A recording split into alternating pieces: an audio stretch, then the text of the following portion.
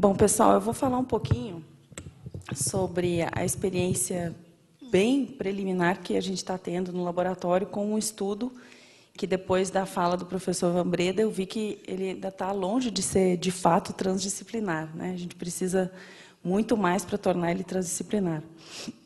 Mas a ideia é fazer projetos e estudos envolvendo aprendizagem baseada no cérebro, ou seja, usar o conhecimento que a biologia, a neurobiologia já sabe e já tem sobre como o cérebro funciona e tentar aplicar isso na sala de aula. Tá? Então, vou mostrar aqui para vocês um pouquinho do que a gente tem feito e os desafios, né, encontrados.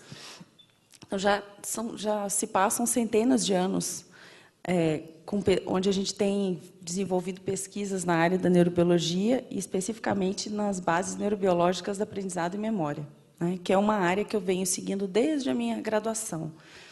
E a gente tem estudado desde as moléculas até o nível comportamental, né, a gente tem uma gama de informações extremamente amplas com relação ao funcionamento e à base biológica da aprendizagem e da memória.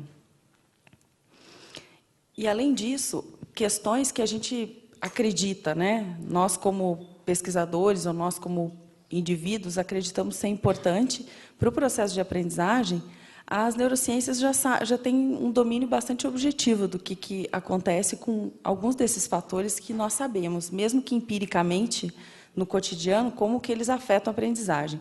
Como, por exemplo, processos atencionais, né? As neurociências já compreendem um bocado de como o cérebro, o que acontece no cérebro quando a gente presta atenção, né? A limitação da atenção que a gente tem, o número de palavras que a gente consegue manter na memória de trabalho, ou, por exemplo, aulas muito longas, certamente elas vão ter uma resposta do aluno, em termos atencionais, muito menor. Porque a gente tem uma limitação orgânica do quanto tempo a gente consegue manter a atenção em algo. Da mesma forma, o efeito do sono, né? O quanto que dormir interfere no processo de aprendizagem, no processo de armazenamento de memórias. As neurociências têm muitas informações a respeito disso.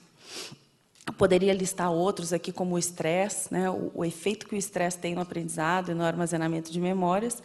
Mas, mais especificamente, eu vou falar sobre engramas neurais, que, em termos mais gerais, eu poderia dizer que é a maneira como o cérebro da gente aprende. Então, nós aprendemos por associações, né? Conectando pontos, conectando informações. Essa é a maneira orgânica nossa de aprender. E, com base nisso, então, a gente pensou em como abordar essas questões na sala de aula. Isso é uma iniciativa que várias pessoas no mundo, esse Brain-Based Learning é amplamente usado em outros países. Aqui no Brasil, tem 2 anos, a Rede Nacional de Ciência para a Educação, que compreende uma equipe de várias disciplinas, tem neurocientistas, pedagogos, médicos, psicólogos, né, uma equipe ampla, onde se busca justamente estudos relacionando aos achados em biologia para a sala de aula. E, na nossa concepção, é através de estudos transdisciplinares que a gente vai conseguir ter acesso, né, a essas questões fundamentais em aprendizagem dentro da sala de aula. Eu fiz uns comentários aqui, até para associar com o que o professor falou, e, quando ele fez essa distinção do que é transdisciplinar mesmo, eu cheguei à conclusão que a gente não está, de fato, no transdisciplinar ainda, né? Porque eu preciso de uma resposta da sociedade também, né? E isso eu acho que falta um pouco nos nossos estudos, mas, enfim. Bom, como é que a gente fez isso? Como é que a gente abordou isso em termos experimentais? Nós estamos desenvolvendo essa pesquisa. Na verdade, quem está realizando essa pesquisa é uma aluna minha de mestrado, a Sasha, que está aqui, e com a ajuda do professor Francisco Coutinho, aqui da Faculdade de Educação, no Centro Pedagógico, aqui da UFMG. Então, basicamente, o design experimental são 2 salas de aula. É a mesma professora de ciências, ela vai dar uma aula de ciências normal, dentro do conteúdo, e a aula seguinte de português, uma aula de português vai ser normal e a outra aula de português usando componentes semânticos que ligam, né, o conteúdo que o aluno acabou de ter nas ciências com o português. esses estudos, né, essa coleta de dados, ela já começou, já tem um bocado de dados coletados. Aqui, só para mostrar para vocês como que a gente abordou no português, foi através do estudo de um texto, como as drogas atuam no sistema nervoso central da pessoa. Então, os alunos trabalhando esse texto em português, tem vários componentes semânticos da aula de ciências, que foi, na verdade, sobre o sistema nervoso.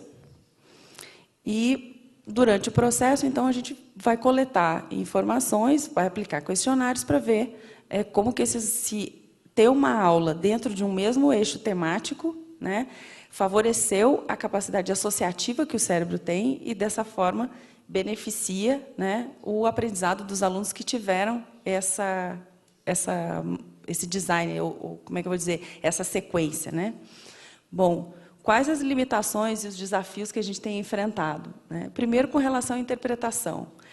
É bem complicado você avaliar o aprendizado de uma maneira 100% apropriada. Então, nós temos uma limitação metodológica, né? Que, como o professor falou anteriormente, a gente pensar em metodologias adequadas para esses estudos transdisciplinares é fundamental.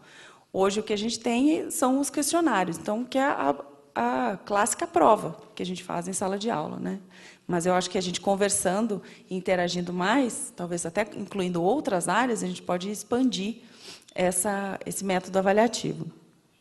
Além disso, existem várias nós temos variáveis subjetivas que podem influenciar no aprendizado do aluno. Então, apesar de a gente tentar controlar ao máximo as condições, tem os imprevistos, tem a questão de como que o aluno estava naquele dia, como a pessoa, né, estava naquele dia. A gente tenta contornar um pouco do aspecto emocional, até mesmo do sono. Será que naquele dia, antes da aula, todos os alunos dormiram bem? Então, tem todas essas questões que precisam ser levadas em consideração.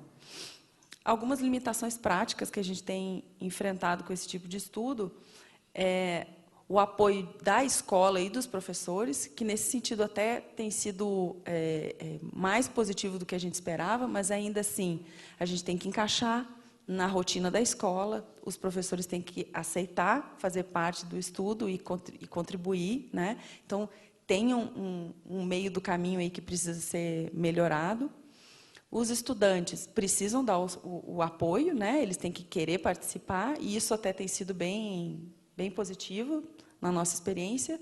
E o que mais tem nos faltado é o apoio dos pais. Então, quando o professor Vambreda comentou a questão da sociedade, né, inclusive, eu pensei, talvez a abordagem que a gente fez foi errada. A gente deveria ter chamado os pais, conversado com os pais primeiro, explicado o porquê de se estudar isso, o porquê de fazer isso, antes de começar o estudo, que provavelmente o retorno, né, dos pais, porque a gente precisa de autorização para poder publicar esses trabalhos depois. Isso tudo já passou por um comitê de ética pelo COEP, da UFMG e tal. Mas, se a gente tivesse abordado de maneira diferente, isso, para o próximo estudo, certamente a gente vai fazer. E os desafios que a gente tem pela frente a coleta substancial e reprodutível desses resultados. Então, a gente está fazendo isso com uma única escola. Quanto mais pessoas fizerem, quanto mais dados forem gerados em termos de Minas Gerais, Belo Horizonte, vai ficar mais fidedigno ainda o resultado que a gente vai obter. E, sendo um resultado positivo, ou seja, digamos que, se a gente mudar a sequência, ou como as disciplinas na aula, no dia do aluno, se interliguem, né, pelo menos com alguns componentes, a gente vai poder, então, enfrentar um novo desafio, que é convencer as autoridades que têm o poder de mudar o sistema educacional no Brasil, né, no Estado, no município, que seja. Mas, se isso se provar por A mais B que melhora o desempenho acadêmico dos meninos, o aprendizado, por que não trabalhar em conjunto para melhorar isso, né? E, dessa forma, vem um outro desafio também, que é convencer os professores de diferentes disciplinas de trabalhar junto. E a gente sabe que, na escola, isso não é fácil. Eu sou formada em licenciatura, já dei aula no ensino fundamental e médio, e é muito complicado. Cada um faz ali a sua disciplina e não quer mais trabalho, né? Então, a gente trabalhar nisso também é um desafio, e publicar os resultados por uma audiência que seja apropriada. Nós fazemos parte de um programa de pós-graduação em neurociências, ou seja, o aluno de pós-graduação ele tem que publicar o seu trabalho. E lá, essa publicação vem através de artigos científicos. Mas, paralelo a isso, a gente tem que ter um veículo de divulgação que os professores possam ler nas escolas e se convencer de que aplicar esse tipo de trabalho vai melhorar o desempenho dos alunos. Então, isso é um outro desafio que esse tipo de estudo tem trazido para a gente refletir. Eu queria agradecer especialmente a Sasha, que é a estudante de pós-graduação que está envolvida nesse projeto, o professor Francisco Coutinho e os professores e os alunos do Centro Pedagógico que têm ajudado a gente. Espero, em breve, ter resultados para compartilhar com vocês. Obrigada.